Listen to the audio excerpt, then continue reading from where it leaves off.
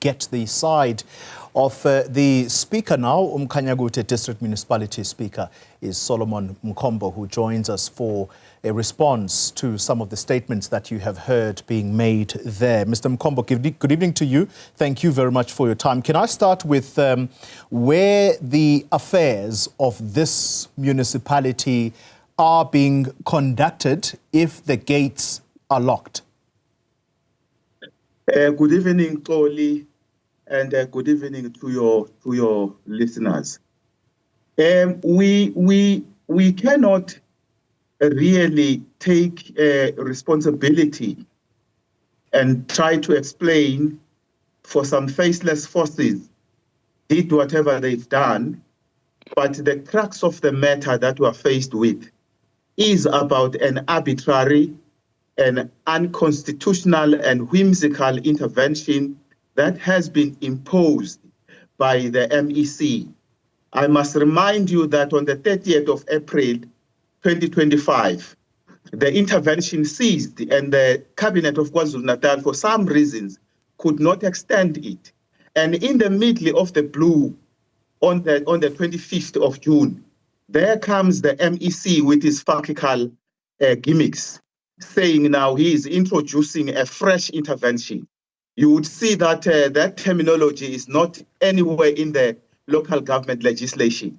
Now, what should have happened, because that's where the crux of the matter is, he should have alerted us and drawn our attention to the emergence of new triggers that require resolution.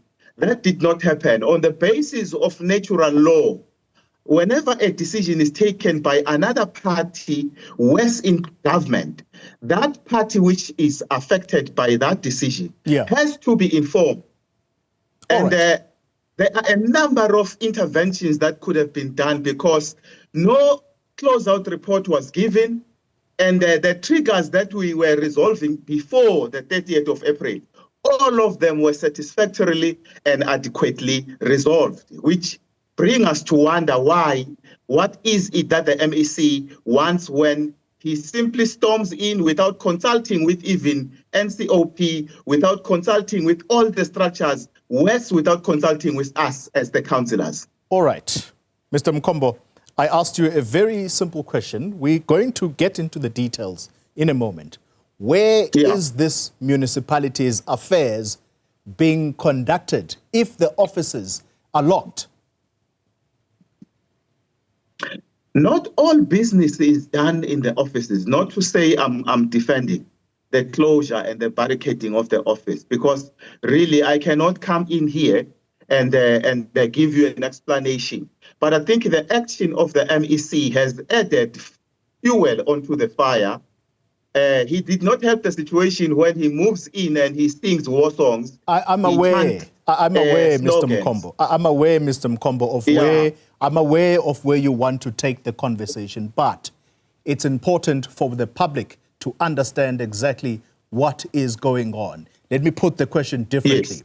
Is it true that this municipality and its affairs are being conducted from a B&B somewhere far from the offices because someone has locked the gate? That is a lie, because there is somebody who is hell-bent at peddling lies and tarnishing and slandering the image of the municipality. When it's them who have been very awkward or very clumsy when they do their things. There are offices. We do our operations. We run water. We are a water utility.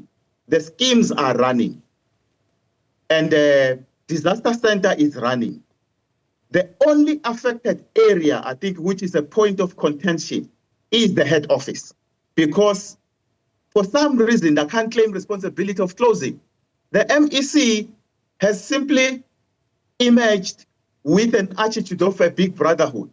Then some people along the line could have reacted and closed down the offices. I don't have control. I think nobody does have control. But the fact, or rather the lie peddle, that there is a B&B wherein the business of the council is being run. We can go to that B&B and find out. The B&B is not in heaven. is somewhere within the vicinity of Mkhuze. It is just a lie, much as the whole intervention is based on a lie for political reason. All right. Let me then try and get into why the municipality is placed under administration, because this is what you are quarreling with. The MEC says he is acting in part on the instructions, or should we say the request of the Auditor General of South Africa, who asked for him to intervene due to the, and I quote now, the municipality's inability to implement a credit and debt collection policy for a number of years, which has resulted in the financial mess that this municipality is in. Are you arguing with that? The MEC is drawing the Auditor General of South Africa just to cover his image, which is damaged beyond control.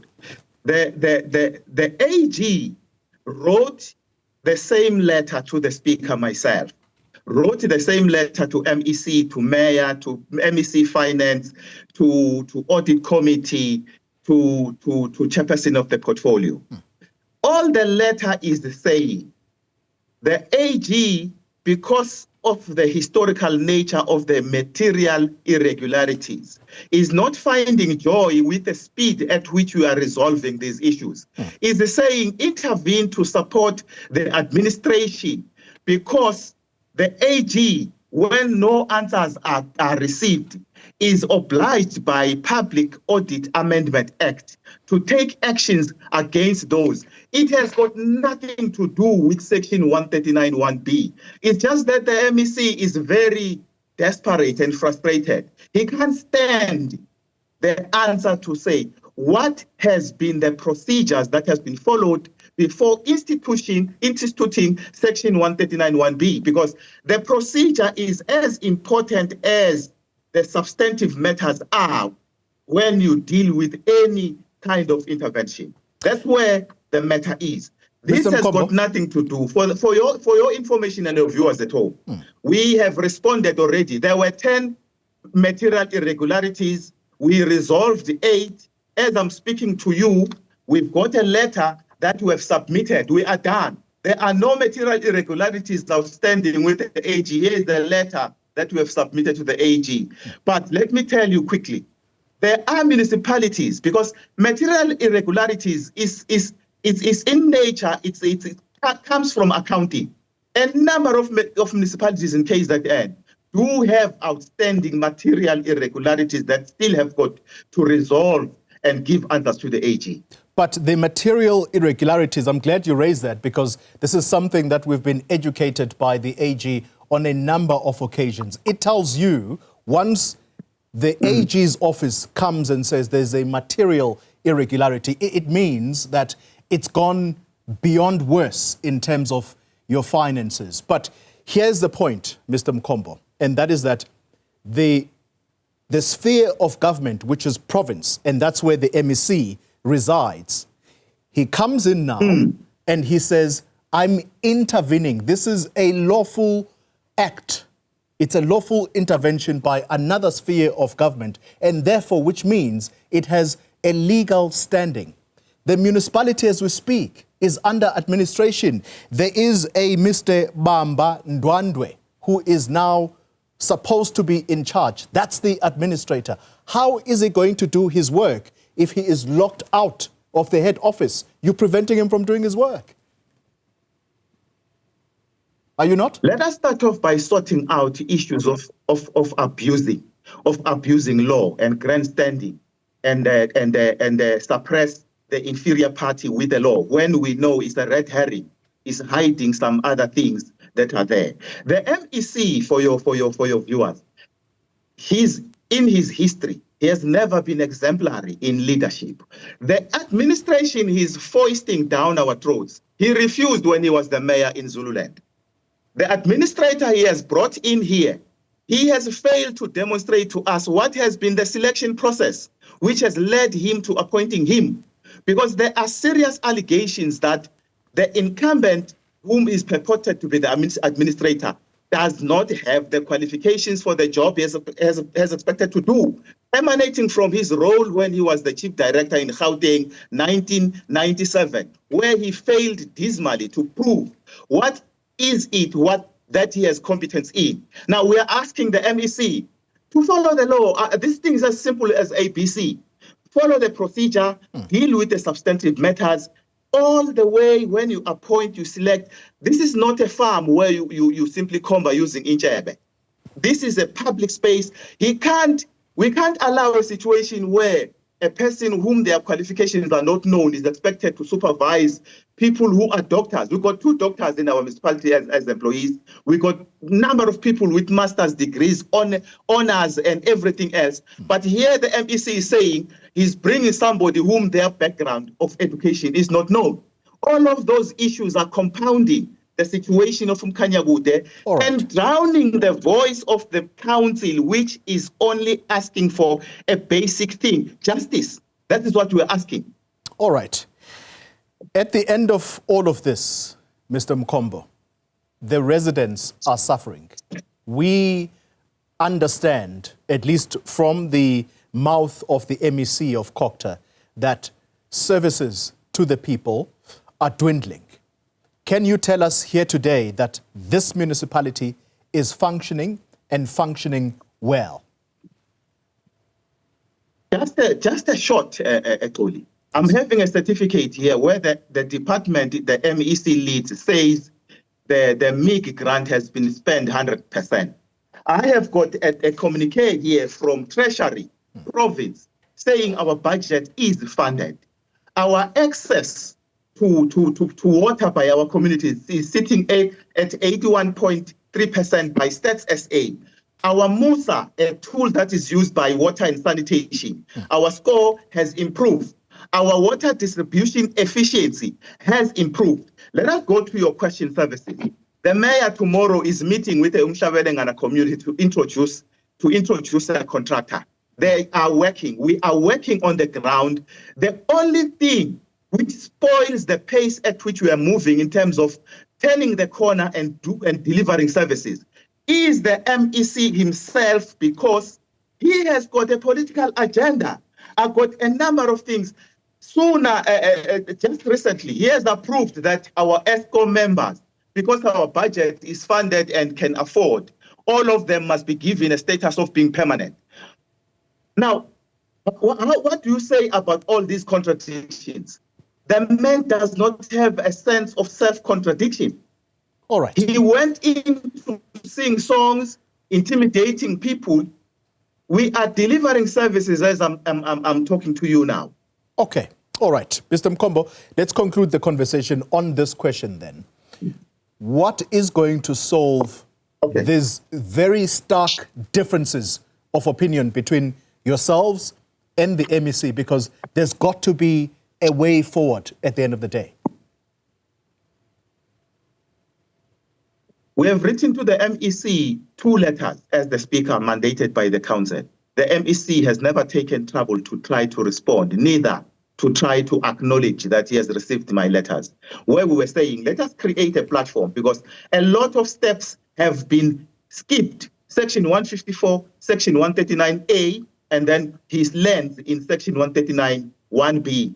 So now that the MEC is ignoring us, because I think he's coming from the back, or rather the school of thought, which says it's very big to engage with us. The only option we are left with, we have approached the court on 2 issues. We need Absa Bank to freeze our account because we have never authorized, or ordinarily the administrator must be authorized by the council to be the signatory. They have get crashed. We are seeking relief on that score, but we are seeking relief on the whole intervention to say he must give us the file. What is it that is submitted to cabinet which warranted us to be subjected to Section 139(1)B? Thirdly, we are calling all other state organs to come to the plight and the plea of uMKhanyakude, because right under the nose of the MEC, there is Jozini with unfunded budget, which cannot be able to pay its workers. There is Zinyati, IFP-led. There is Uthugela, IFP-led. There is Mtubatuba, which was taken out of of administration. It doesn't have a funded budget, and a whole host of things. There are material irregularities with other municipalities. Their intervention is a red herring, hiding an agenda leading to 2026 local government. Solomon Mkhombo, thank you very much for your time. It's an intractable issue here. We are going to have to possibly call on the MEC to come back because something has got to give.